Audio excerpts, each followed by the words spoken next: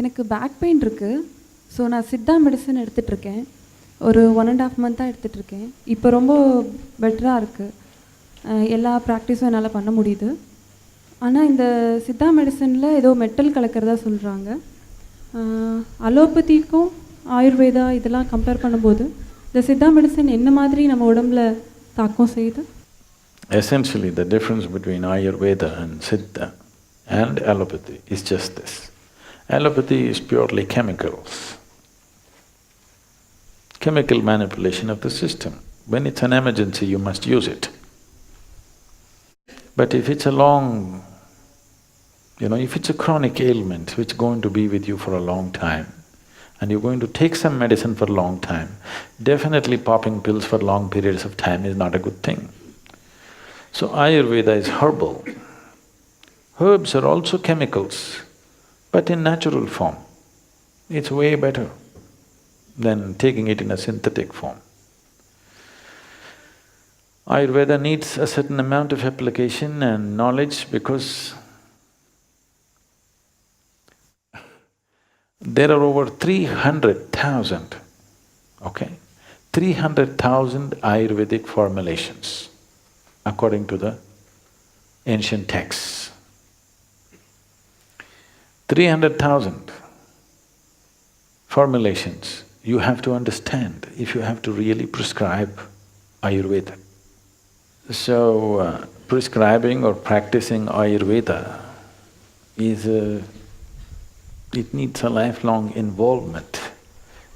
These days I see people come from outside the country, they study Ayurveda for 1.5 months and they're certified Ayurvedic teachers or doctors, practitioners, which is a very dangerous thing to do. 300,000 formulations, how to give it, to whom to give it, when to give it, it's not a simple thing to understand. It takes a lot. Above all, you need a phenomenal understanding of the body to be able to prescribe this.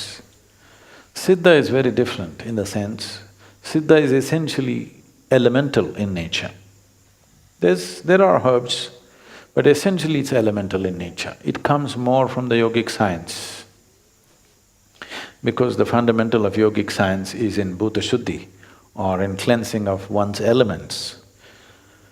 This is an evolution from the yogic science, and Siddha Vaidya was essentially formulated by Agastya Muni, and they say Adiyogi himself practiced it and Agastya brought it to the south and only in the south it lived, nowhere else.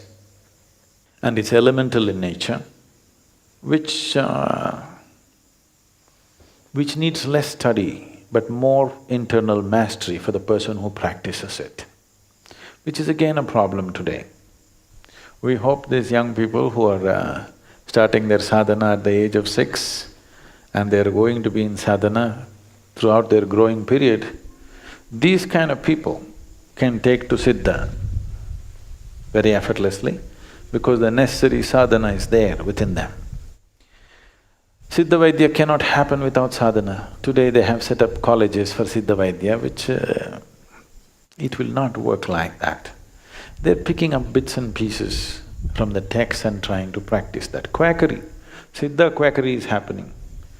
Siddha Vaidya is not happening because Siddha Vaidya has to be practiced by a Siddha.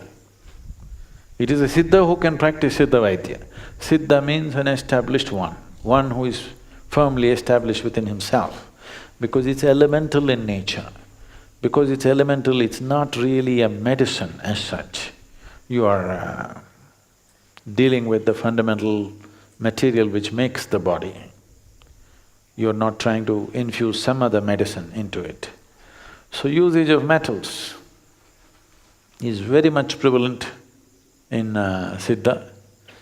I know the Western medicine will immediately brand it as nonsense, but in Siddha, all the things that you consider as poisonous are used as a part of their medicine. 9 deadly poisons, you've heard of Navapashana. All the 9 deadly poisons are used as medicine. Lead is very frequently used, mercury is regularly used. Rasa Vaidya is very much part of Siddha Vaidya. And for those of you who are calling for God's help, When I mention the word mercury, mercury is not poisonous. It is just with mercury oxides, people have poisoned water. It is irresponsible usage in the industry which has done this. There is mercury in the soil, okay? We did not import mercury from Mars, it's always been in this planet. It is not poison. It is mercury oxides which are irresponsibly used in industry and let out into the rivers and lakes, which poisoned the waters on this planet. Now they think mercury is poison. No, mercury is not poison, but if you drink it, it'll kill you. Not because you can absorb it as poison. It is because of its sheer weight. If you put it into the stomach, it will not go through the pipe, it will just drip through the stomach because of its sheer weight. Because its specific gravity is almost 14 times that of water.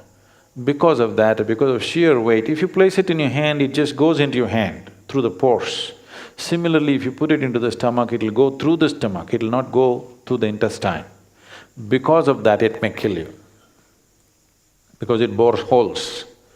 Not because it's acidic, simply because of sheer weight. But consumption of mercury is very much a part of the yogic system and very much a part of the Siddha Vaidya. I am still alive only because of mercury, not otherwise. So, Siddha is a very completely different kind of medicine system than anything that you will find on the planet, but it needs a Siddha to give Siddha medicine. If you are not established, if you can't hold the mercury, you don't give mercury to somebody else.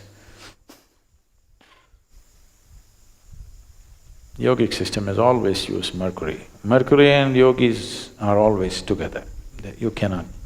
Even you will see, traveling yogis will carry a little bit of mercury with them always.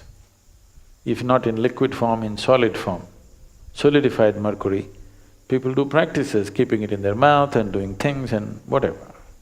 There are various aspects to it. Nobody try that here, okay? We don't want you dead. It's not just bad things that kill you, good things that you're not ready for can kill you.